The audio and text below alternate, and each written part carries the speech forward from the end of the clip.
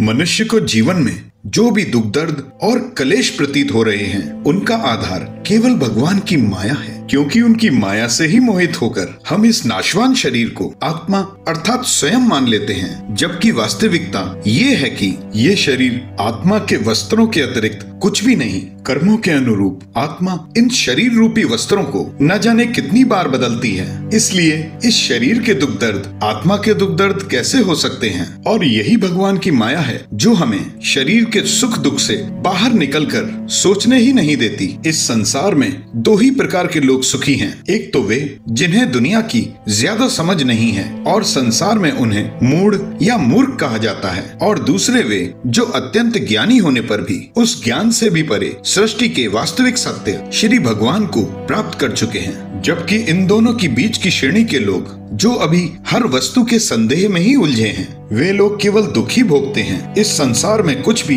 अनात्म अर्थात श्री हरि से पृथक नहीं है, और जो कुछ भी दिखाई देता है वह सब नाशवान दृष्टि भ्रम मात्र है। और इस सांसारिक दृष्टि भ्रम से पार पाने का एक ही उपाय है, और वह है भगवान के चरणों की सेवा। भगवान की चरण सेवा से मनुष्य के मन में अनन्य प्रेम और आनंद की वृद्धि होती है। यही प्रेम और आनंद जीव को परमानंद से मिलाकर जन्म मृत्यु के चक्कर को काट देता है। संत महात्मा भगवत चरणों की प्राप्ति के सच्चे मार्गदर्शक होते हैं। वे सदा ही श्री हरि के गुणों के गान में आनंदित रहते हैं, और मनुष्य को ऐसे संतों का सानिध्य मिलना बहुत ही कठिन है। परंतु अगर भाग्यवश मिल जाए तो परमात्मा से मिलन की उस डोर को कभी नहीं छोड़ना चाहिए।